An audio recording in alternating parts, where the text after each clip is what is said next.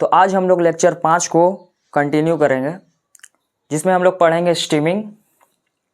तो चलिए कंटिन्यू करते हैं। स्टीमिंग, जब हम लोग शॉर्ट होल को चार्ज करते हैं, आगे हम लोग पढ़ लिए थे इससे पहले वाला लेक्चर में कि शॉर्ट होल किसे कहते हैं, ब्लास्ट होल किसे कहते हैं। जब हम लोग शॉर्ट होल को चार्ज करते हैं और चार्ज करने के बाद शॉर्ट होल को मुंह को बालू इट मीन सेंड या फिर इनकम्बस्टिबल मटेरियल से बंद कर दिया जाता है, इस प्रोसेस को ही हम लोग स्टीमिंग कहते हैं। जब हम लोग शॉर्ट होल्स को चार्ज करते हैं, हम लोग को चार्जिंग पता है किसे कहते हैं, एक्सप्लोजिव जब शॉर्ट होल में डालते हैं उस प्रोसेस को हम लोग चार्जिंग बोलते हैं। और जब चार्ज कर देते हैं शॉर्ट होल्स को, उसके बाद उसके जो शॉर्ट होल्स के मुंह को माउथ को हम लोग सेंड या फिर इनकम्बस्टिबल मटेरियल से हम लोग भरते हैं, उसी प्रोसेस को हम लोग स्टीमिंग कहते हैं। आगे देखते हैं एग्जाम्पल ऑफ स्टीमिंग। हम लोग किस किस चीज़ से हम लोग स्टीमिंग करते हैं।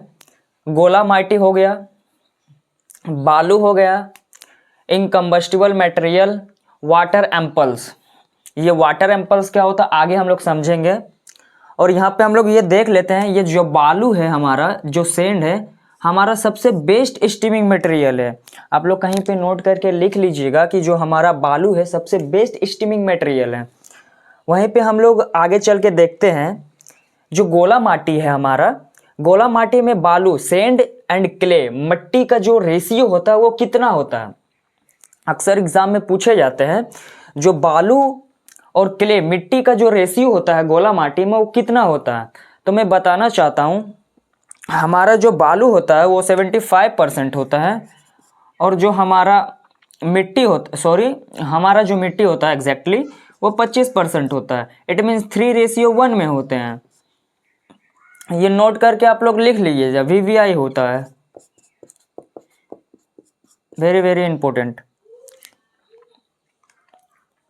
आगे हम लोग देखेंगे, अगर डिग्री 3 में जब हम लोग सॉलिड ब्लास्टिंग करते हैं, उसके केस में हम लोग गोला माटी यूज ना करके हम लोग वाटर एम्पल्स यूज करते हैं। और क्यों करते हैं वो हम लोग आगे डिफाइन करेंगे कि हम लोग डिग्री 3 में जब हम लोग सॉलिड ब्लास्टिंग करते हैं तो गोला माटी यूज ना करके हम लोग वाटर एम्पल्स जो यूज करते हैं, और ये वाटर एम्पल्स होता क्या है वो आगे हम लोग डिफाइन करेंगे। तो चलिए आगे कंटिन्यू करते हैं। यहाँ पे हम लोग जो स्टीमिंग पढ़ लिए हैं उसका डायग्राम जो होता है उसको थोड़ा एक बार देख लेते हैं।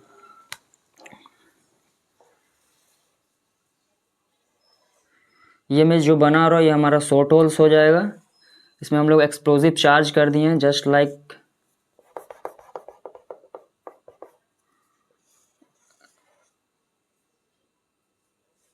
एक्सप्लोजिव चार्ज कर दिए हैं।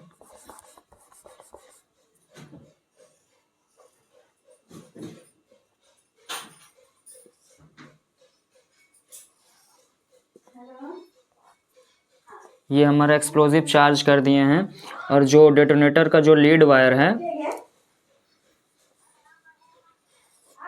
आराम से अच्छी तरह से निकालेंगे।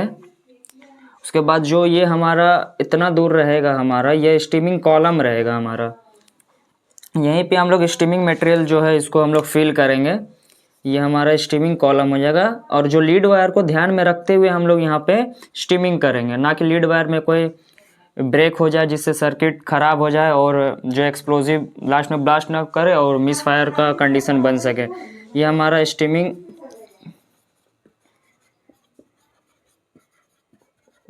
स्टीमिंग कॉलम हो जाएगा।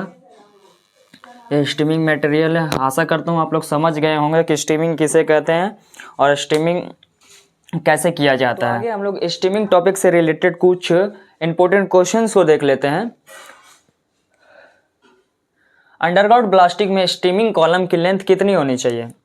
जो हम लोग अंडरग्राउंड ब्लास्टिंग करते हैं उसमें जो स्टीमिंग कॉलम हम लोग छोड़ते हैं उसका जो लेंथ होता है वो कितनी होनी चाहिए। तो स्टीमिंग कॉलम का जो लेंथ होगा 60 सेंटीमीटर रखा जाता है। जो किसी भी कंडीशन में जो शॉर्ट होल्स हमारा रहता है, शॉर्ट होल्स का लेंथ का 1/3 से कम नहीं रखा जाएगा। स्टीमिंग कॉलम का लेंथ 60 सेंटीमीटर रखा जाता है, जो किसी भी कंडीशन में शॉर्ट होल के लेंथ का 1/3 से कम नहीं होगा। यहाँ पे 1/3 ऐसा हम लोग समझते हैं। मान लीजिए जो शॉर्ट होल्स हमारा रहता है, इनके हमारा जो शॉर्ट होल्स का लेंथ रहेगा वो हमारा 120 सेंटीमीटर रहेगा। तो हमारा 120 सेंटीमीटर है हमारा शॉर्ट होल्स का लेंथ है, शॉर्ट होल्स लेंथ। तो वहीं पे हमारा जो स्टीमिंग कॉलम का लेंथ कितना हो जाएगा, इसका 1/3, इसका 1/3 हमारा कितना हो जाएगा 312, इट मीन्स 40 सेंटीमीटर। तो हमारा जो स्टीमिंग कॉलम रहेगा, स्टीमिंग कॉलम का जो लेंथ रहेगा वो हमारा 14 सेंटीमीटर रहेगा, ये हमारा 40 सेंटीमीटर रहेगा। आशा करता हूँ ये क्लियर हो गया होगा। आगे हम लोग समझते हैं, इसे रफ कर देते हैं।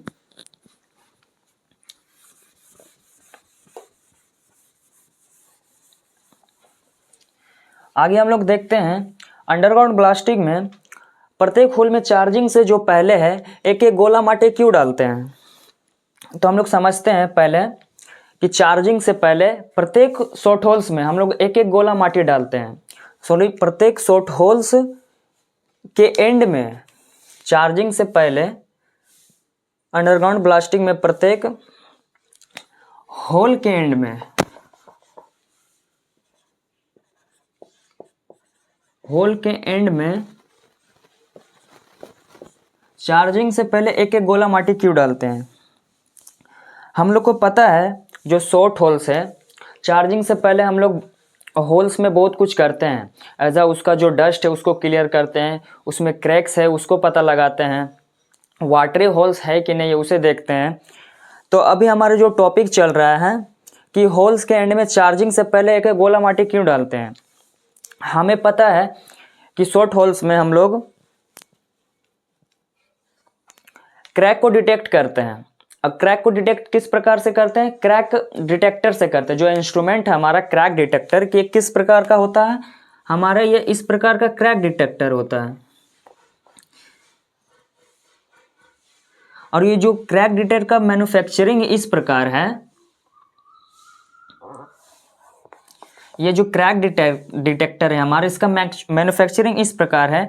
इट मीन्स हमारे ये होल्स हो गया,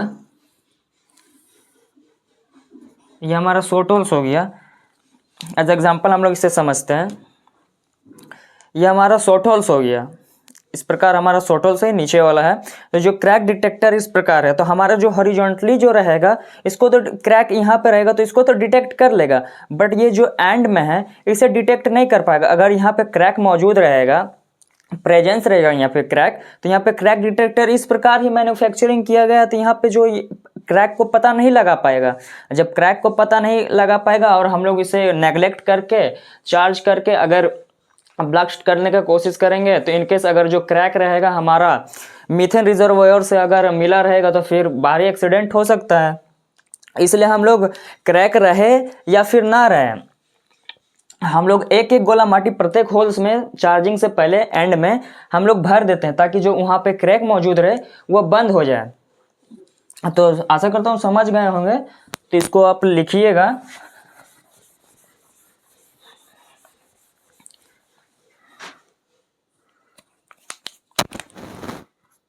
होल के एंड में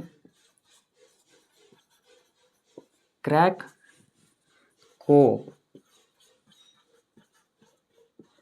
क्रैक डिटेक्टर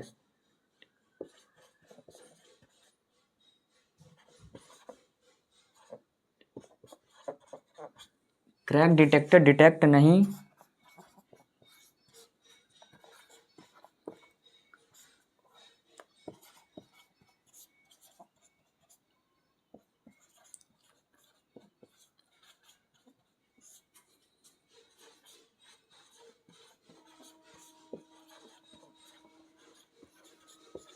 मैं आगे पढ़ के समझा दूंगा और समय भी दूंगा।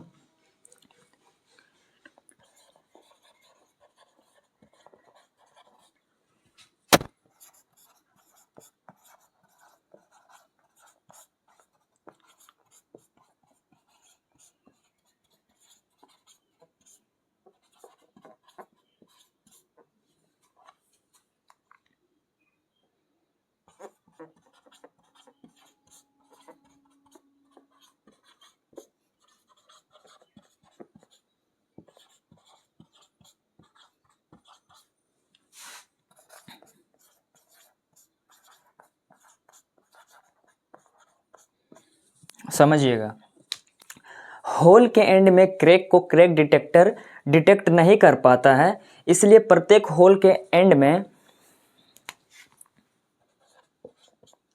चार्जिंग से पहले एक एक गोला माटी डालते हैं ताकि क्रैक रहे तो बंद हो जाए। हम लोग इसको डायग्राम देख लेते हैं।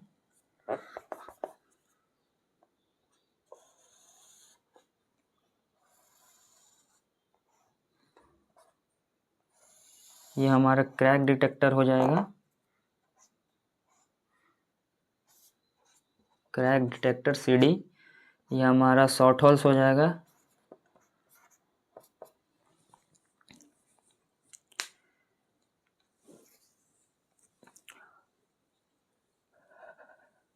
आशा करता हूँ स्टीमिंग से रिलेटेड जो टॉपिक है आप लोग समझ गए होंगे। आगे कुछ और क्वेश्चन है, उसको हम लोग देखते हैं।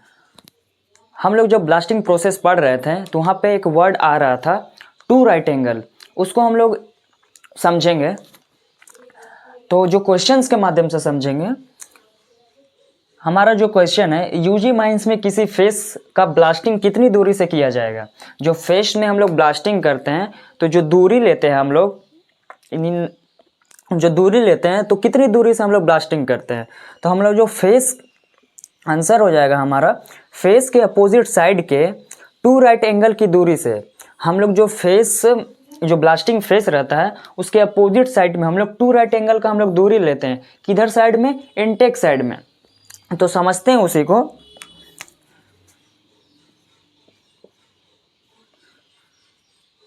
हम लोग लेयर ड्रॉ करते हैं।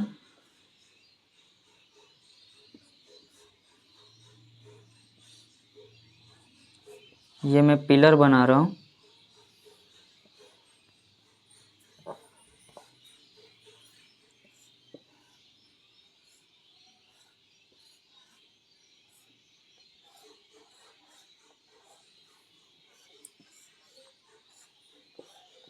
ये हमारा पिलर बन गया।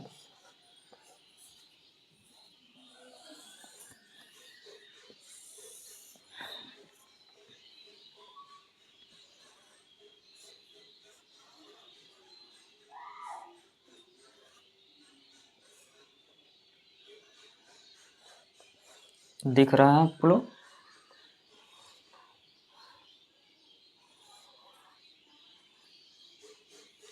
तो ये हमारा इनटेक हो जाएगा।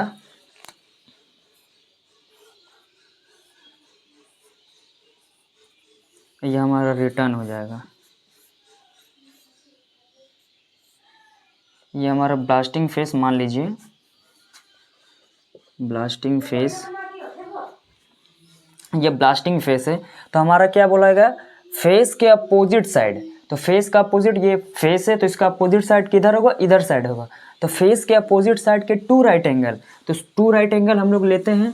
ये हमारा वो इधर, ये हमारा एक राइट एंगल, ये एक राइट एंगल, ये हमारा ये दूसरा राइट एंगल। तो हम लोग यहाँ से ब्लास्टिंग करेंगे और समझते हैं कि इनटेक साइड ही क्यों बोला है, रिटर्न साइड क्यों नहीं बोला है, और अपोजिट साइड ही क्यों बोला है। तो हम लोग पहले समझ जाते हैं कि इनटेक ना बोल के रिटर्न क्यों नहीं बोला है। मान लीजिए हम लोग इधर ना करके इधर टू राइट एंगल लेते हैं, इधर एक गया और इधर एक गया। तो हम लोग जब ब्लास्टिंग करेंगे तो यहाँ पे जो डस्ट वगैरह फॉर्मेशन होगा तो हमारा इनटेक में तो नहीं आएगा, वो तो रिटर्न में ही जाएगा। तो यहाँ पे जो भी शॉट फायरर और उसके टीम बैठी रहेगी उसको पोल्यूशन का सामना करना पड़ेगा। इसलिए हम लोग इनटेक रख के ना कि रिटर्न रखे हैं। और बात रहा हमारा अपोजिट साइड, अपोजिट साइड ना करके हम लोग फेस के साइड में ही करेंगे। तो मान लीजिए इधर एक राइट एंगल और इधर एक राइट एंगल। तो यहाँ पे अगर करते हैं तो इनकेस अगर ब्लास्टिंग जो हुआ, जो रॉक फ्लाई होगा, कुछ हद तक यहाँ भी आ सकता है, यहाँ से ट्रांसमिट होकर यहाँ आ सकता है, और जो भी शॉट फायरर उसके टीम रहेंगे एक्सीडेंट का सामना कर सकते हैं। बस यही कंडीशन है, यहाँ पे बताया गया है कि टू राइट एंगल लेते हैं फेस के अपोजिट साइड में और इनटेक साइड में लेते हैं।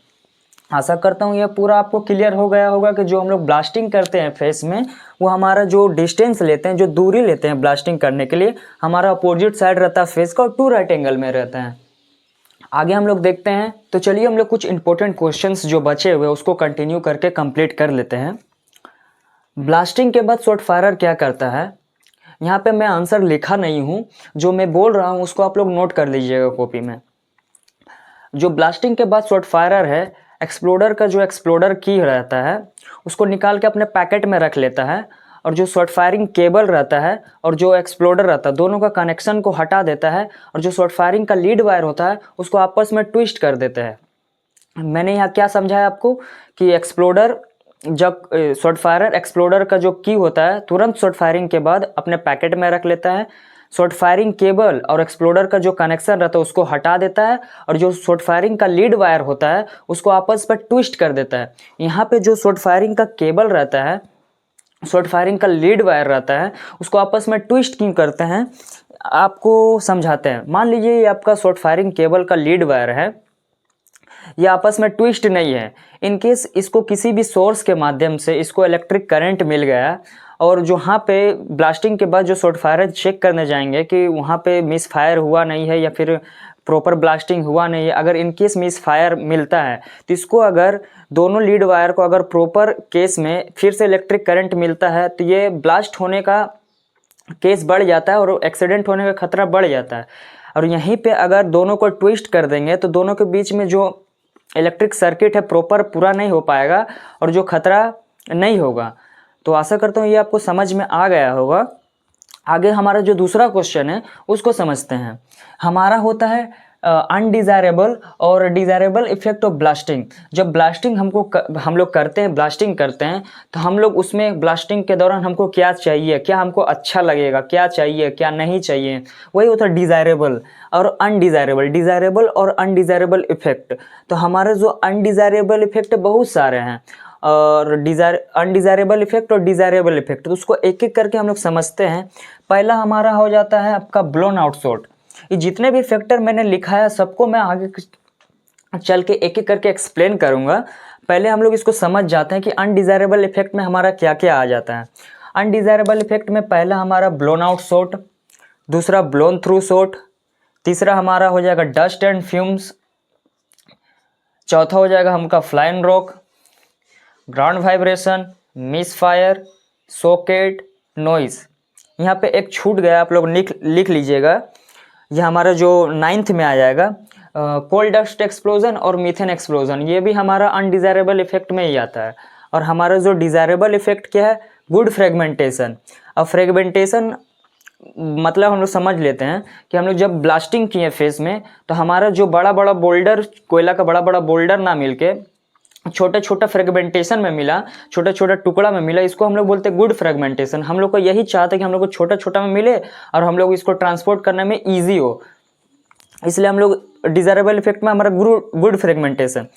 दूसरा आ जाता है हमारा डिस्प्लेसमेंट थ्रू मक पाइल।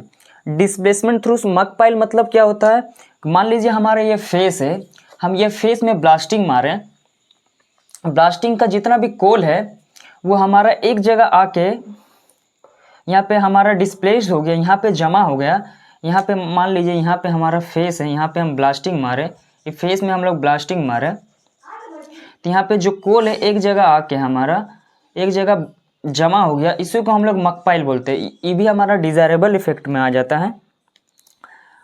तो आज का जो हमारा टॉपिक है ख़त्म हुआ।